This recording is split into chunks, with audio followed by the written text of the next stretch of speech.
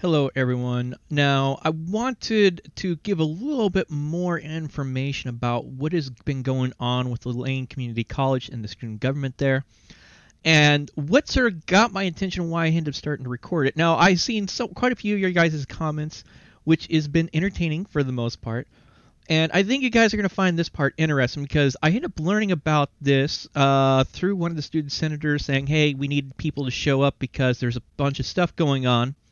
And the Torch has an article about that, and so I picked up the Torch, which is the school's newspaper, and the article is called "Good to Go." This actually just finally got published online within like the last week and a half or something like that.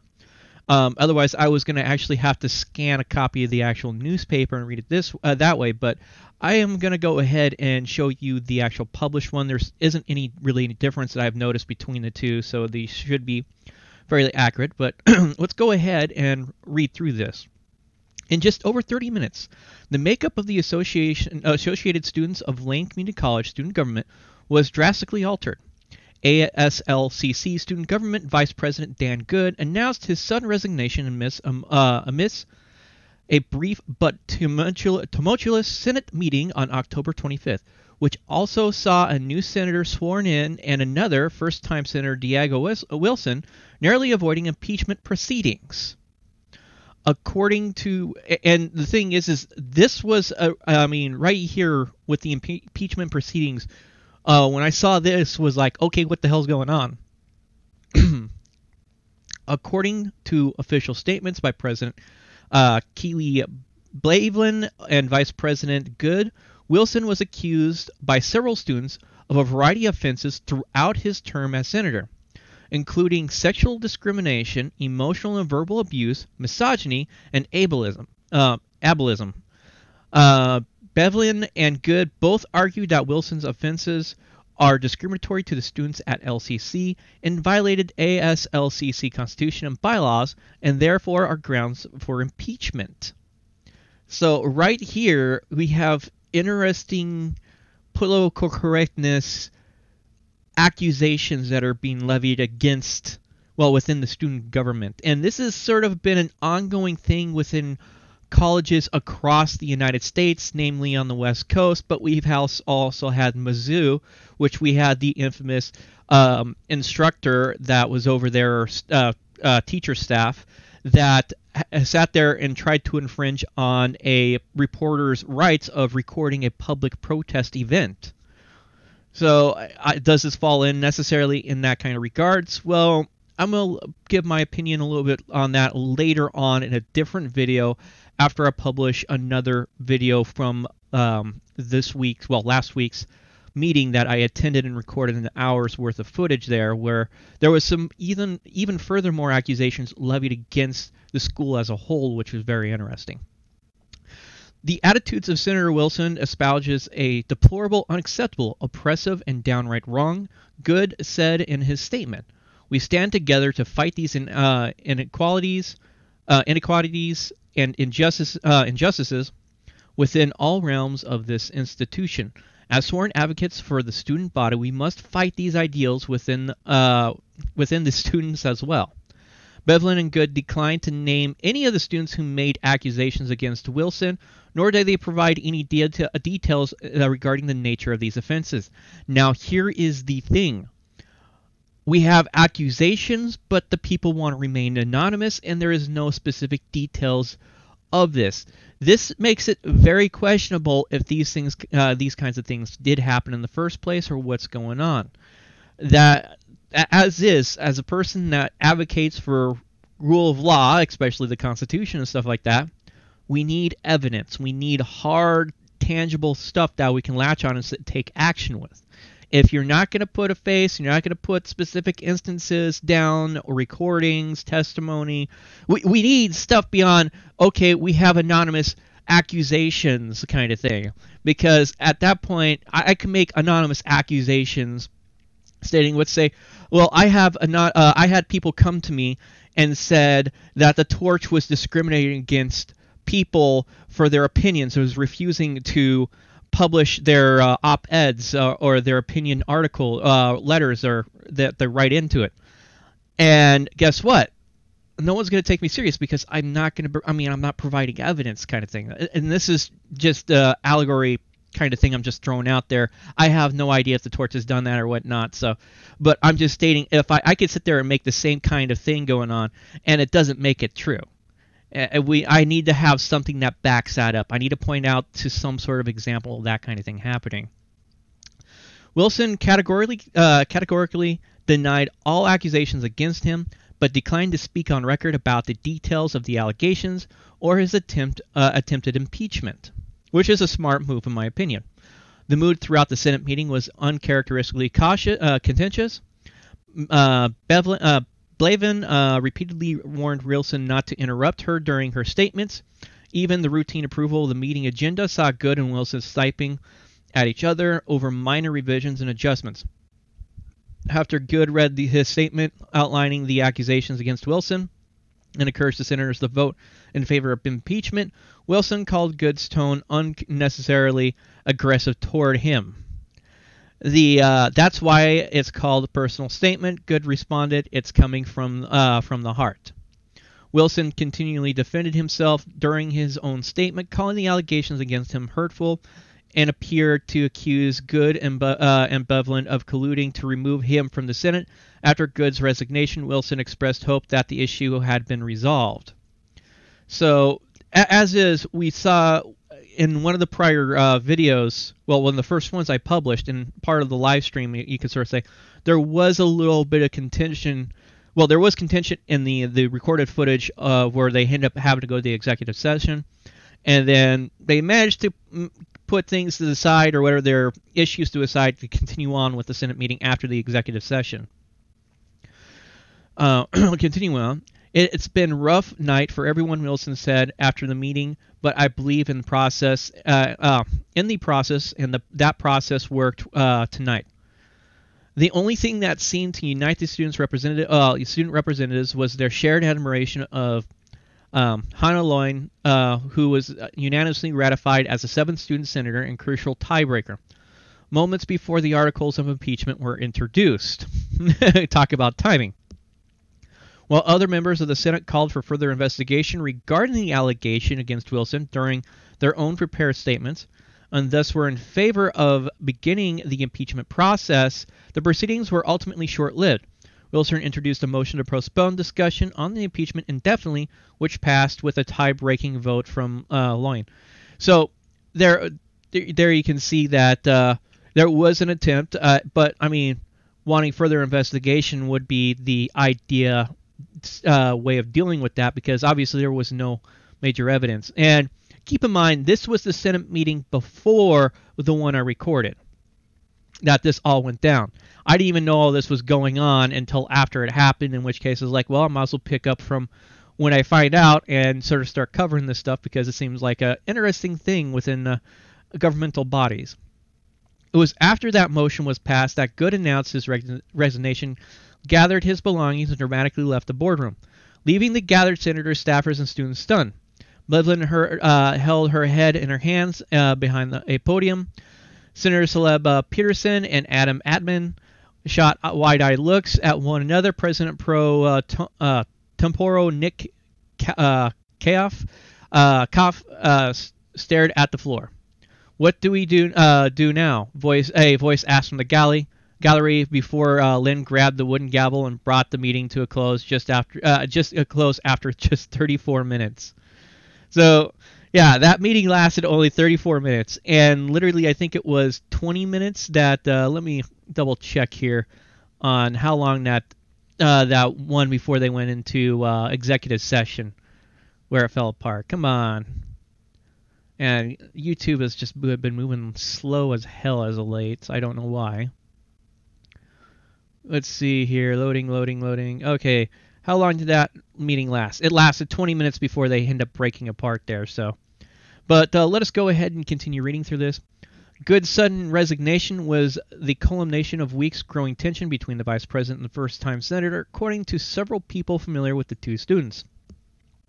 It wasn't a Senate meeting, it was a football game, Atman said after the Senate adjourned. There was factions involved. This wasn't going to be a discussion. Ken DeKnight, who serves on the Council of Clubs at LCC, defended Wilson in the gallery statements before the debate on impeachment began, calling the last-minute addition of impeachment proceedings unprecedented. So, yeah, there was all kinds of stuff going on, things moving that's throwing people through a loop. It's not about impeachment, Dennett said. He just doesn't like him. That could very well be the case. Dennett claims the Good was actively trying to remove Wilson from the Senate due to unknown personal disputes, and became increasingly erratic in recent weeks. Dennett provided emails he sent to Dennett, Dean of Students Success Linda Hindenburg and Director of Student Standards Carl Ye, dated between October 4th and October 17th, in which he claimed he witnessed the now former VP exit the student government meeting saying, "I'm not going to knock on that expletive out." So it's funny how they sort of censor out the expletive. I really wish they would have kept that in because I really want to know. Probably it said fuck, but oh well. In the email dated October 12th, Dennett says he wasn't sure who Good was referring to. After October 25th, 25th Senate meeting, Dennett now believes that Good was speaking about Wilson. My concern is that he may act on threats if he has impaired judgment. Dennett said, "I felt compelled to say something just in case something was to happen." Neither Hindenburg nor Ye could be reached for comment before deadline. In an interview, Good did not deny Dennett's account, but attributed it to a lapse in self-control and explained that he had just left another contentious meeting that included Wilson. So that statement may have been referred to him. But just because someone makes that statement, which I'm guessing is "I'm going to knock that fucker out," doesn't mean that they're actually going to do it. Chances are they're just venting frustration in most cases when someone's stating that. Let's see. Okay.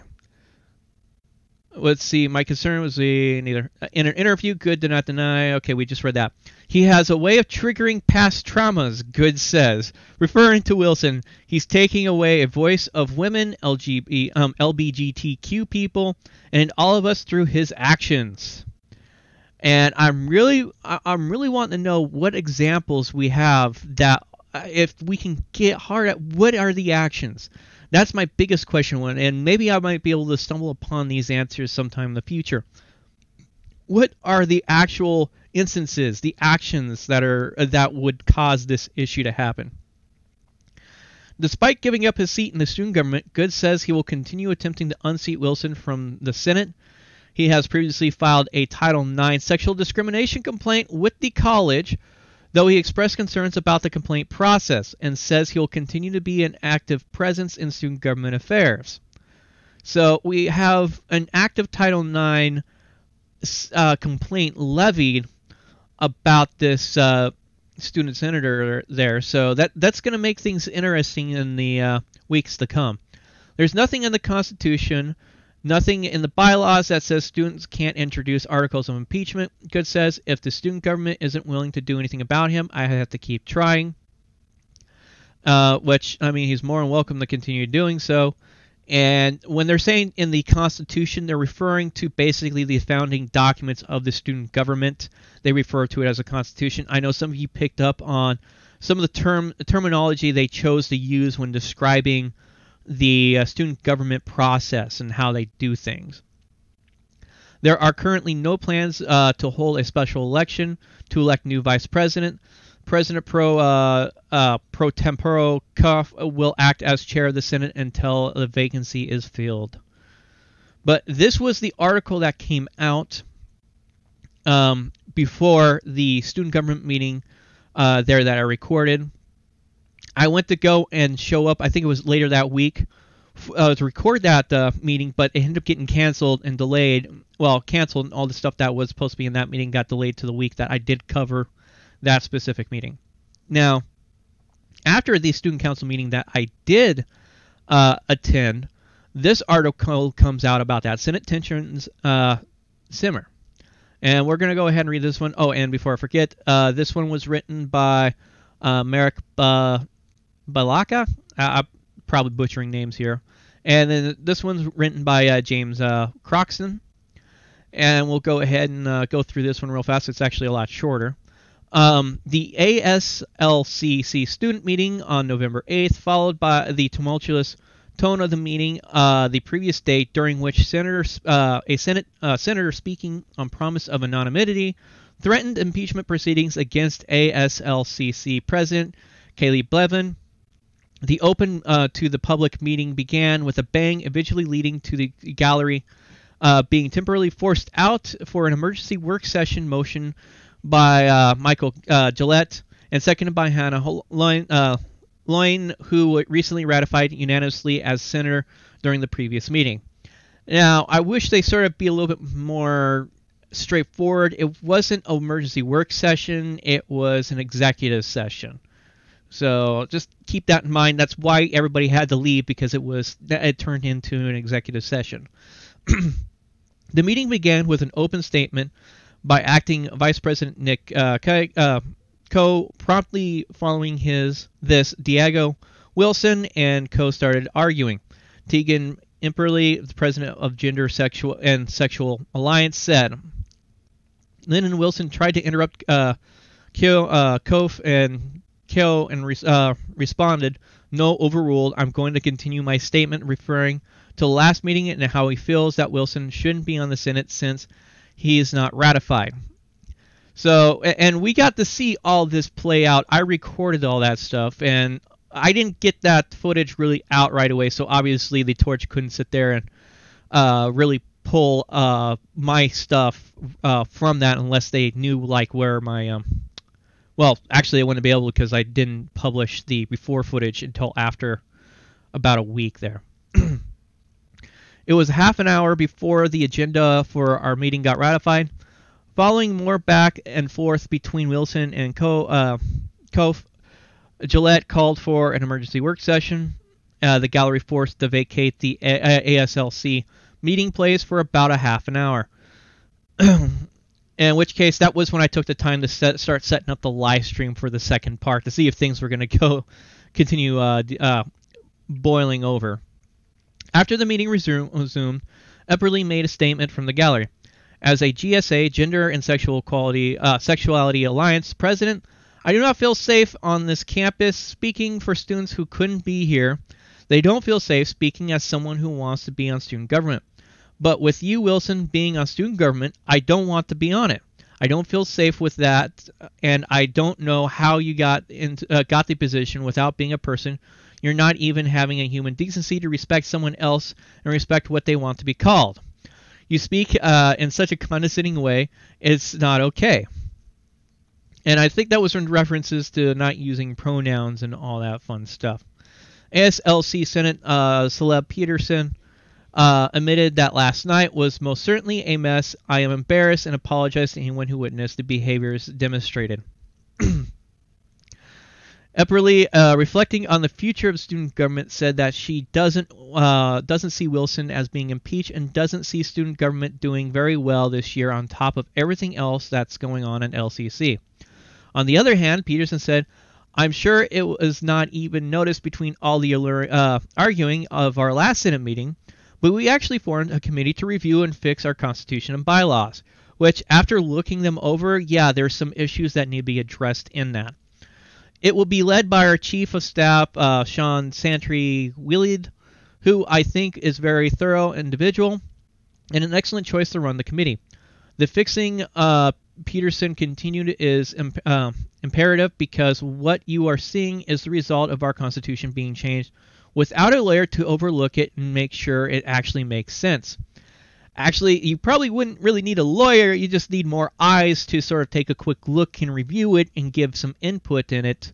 And looking at that and seeing what goes on. Because you can actually don't need a lawyer to make really good bylaws to run your student government or any kind of organization. You just need decent common sense and try to think how does this impact how the organization is going to run. Our bylaws and constitution are from different years and crafted by different administrations, so they don't line up too well. Yeah, I can agree with that. That happens with any kind of organization that's been around for a while. Moving forward, Peterson says that he is in the process of developing a unity agreement, which I'm sort of skeptical with these whole unity agreements. And while I see unity agreement, I'm wondering what the hell does this entail? We don't really get any explanation on exactly what this is. We just get a name, unity agreement. I'm just baffled by this, and what exactly is it supposed to mean? If the Senate vote to pass, it will have a public signing of the document. His hope that the document will be better outline how we will can work together and become more efficient as a small government. So these are the two articles I sort of wanted to quickly cover for you guys that wanted some more sort of background on what's going on, especially with all the interesting drama going on. I got another video which I have to finish rendering and putting together and rendering from another student council meeting that I recorded just recently. I'll try to get that up sometime this week, so that way you can check it out. Might be up tonight, it might be up tomorrow or later on when I just have time to upload it and throw in all the metadata, which does take time to do. But I plan to sort of loosely following along what's going on with all this drama. It might die down, it could boil back up, it's hard to say. Also, with the finals just right around the corner, because the semester ends in the first week of December there.